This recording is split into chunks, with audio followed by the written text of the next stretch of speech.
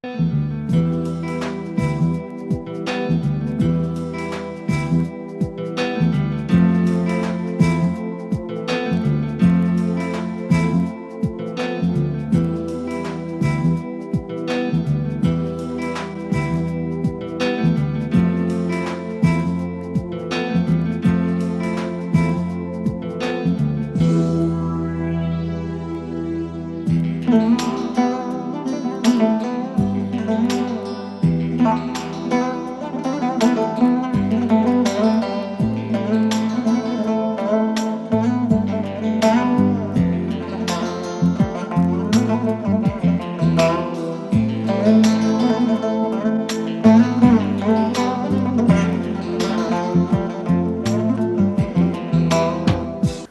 the name of Allah, the most merciful and the entirely merciful, all praise is due to Allah the Almighty, the Lord of the worlds. May Allah's peace, mercy, and blessings be upon His final and last messenger, Muhammad. And may Allah's peace, mercy, and blessings be with each and every one of you, dear viewers, watching this new episode of our program, The Revelation, here on Nile TV International. In this episode, my dear viewers, I have looked into many of your questions and your comments and your suggestions as to a very important topic, especially in our current state of the world of globalization, of interconnectedness and interdependence between states and communities.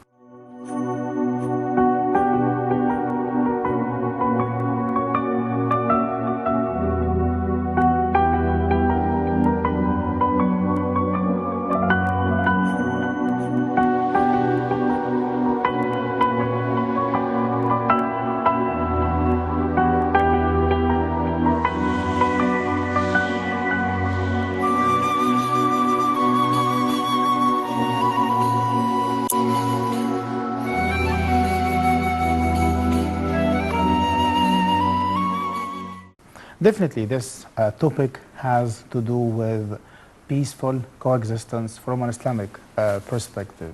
I know that there are so many questions on the minds of Muslims and non-Muslims alike, especially among Muslim youth living in non-majority Muslim countries, and also when it comes to academic researchers who are concerned about the studies of the Middle East and the Islamic studies in the Western academia, and all of these very pressing and hotly debated issues with regards to the unfolding events that our global human family is experiencing in this current era.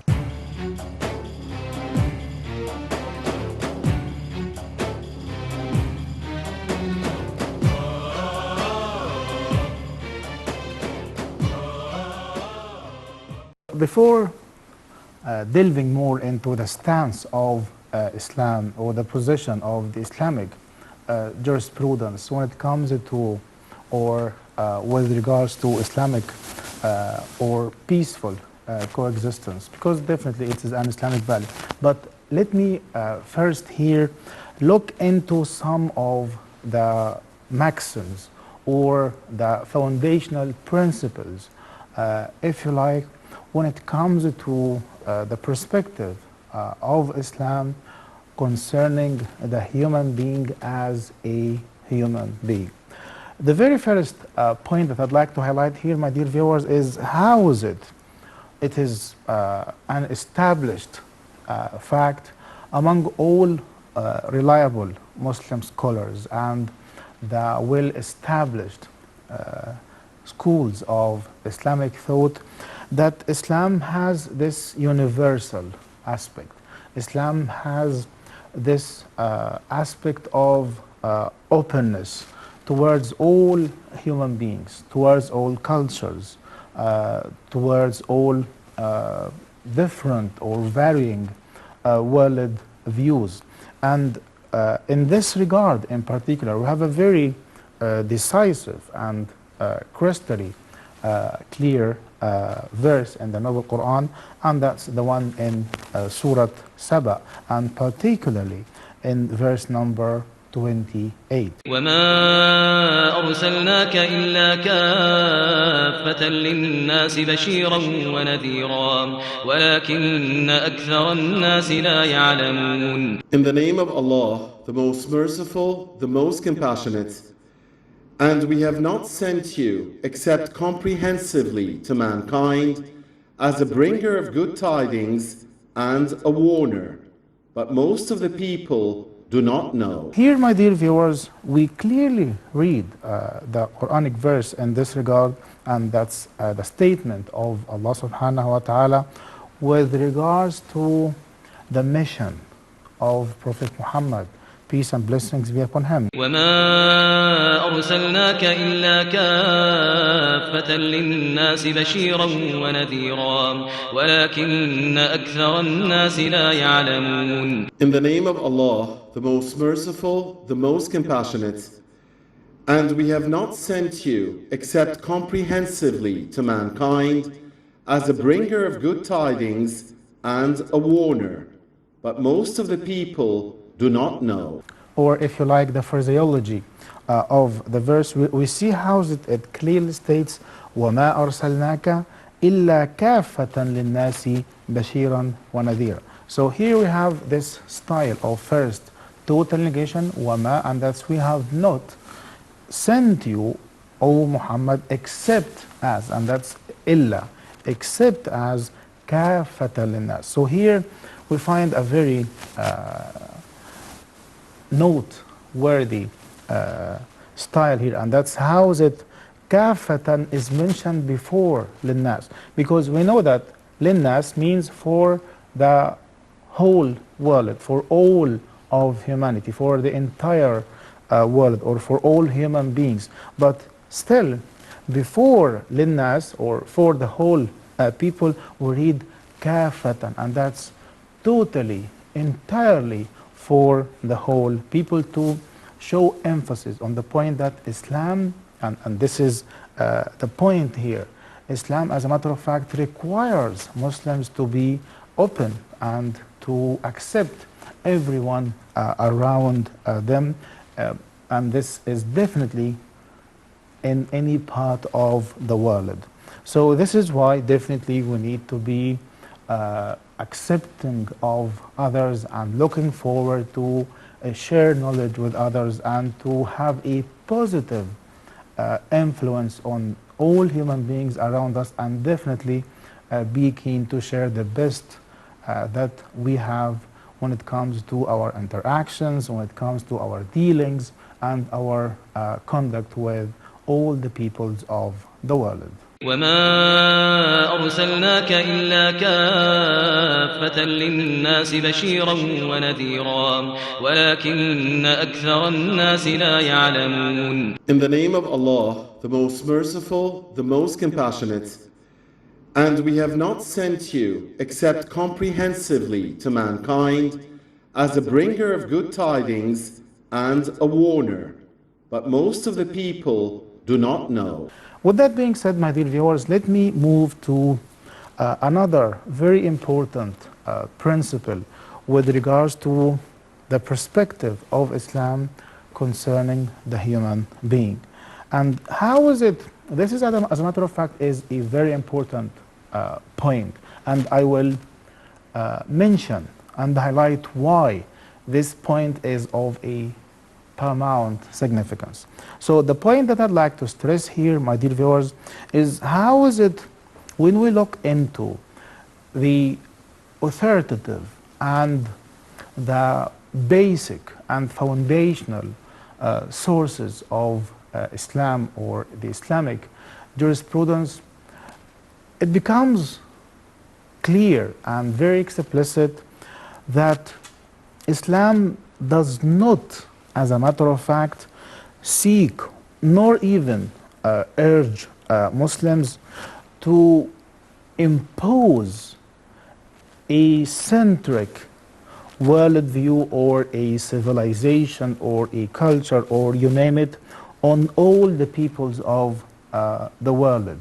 So this idea that it has to be only one way or it is not valid, definitely this is not part of the proper and the reliable Islamic approach.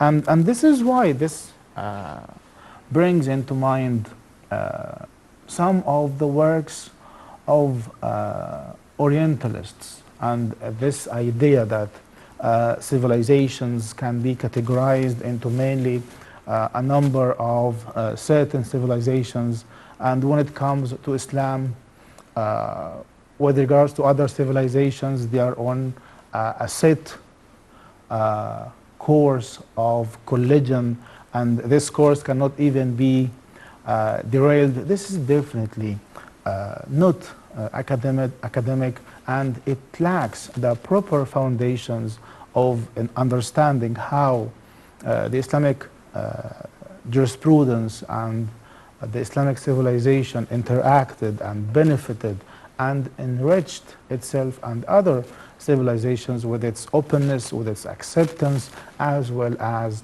its requirement to observe peaceful coexistence with all the peoples of the world and with all fellow human beings. يا رسول المحبة يا رسول السلام يا حبيب الله يلي علمتنا إن الإسلام يعني السلام يا حبيب الله الله الله حبيبي يا رسول الله حبيبي يا ابن عبد الله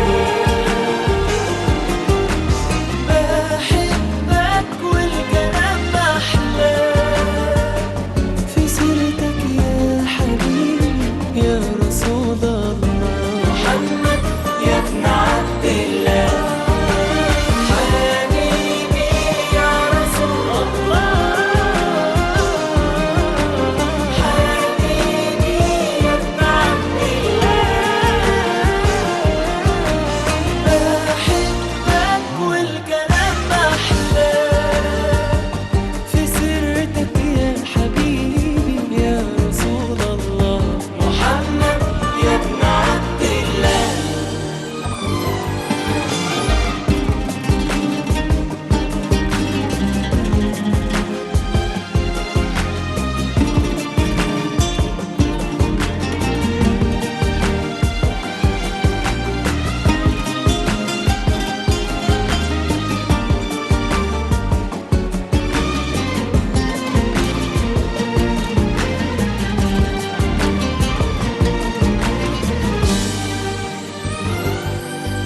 وصتنا بالأخلاق والسؤال عن الجار يلي اصطفاك الله تشفع لنا من النار فهمتنا الدنيا علمتنا القرآن وزرعت جوانا محبة الأديان آمنا بيك من غير ما نشوفك ومشينا على خطاك والله كان نفسي أشوفك ولسه عندي أمل في لقاك حبيبي يا رسول الله حبيبي يا ابن عبد الله. With this, my dear viewers, we come to the end of this episode. Of course, we have more to look into when it comes to the principles or the maxims, if you like, when it comes to peaceful coexistence from an Islamic jurisprudential perspective. Of course, as always, your questions, feedback, and comments are always most welcome via the official Facebook page of the program and the rest of the social media. Until then, Assalamu alaikum wa rahmatullahi wa barakatuh.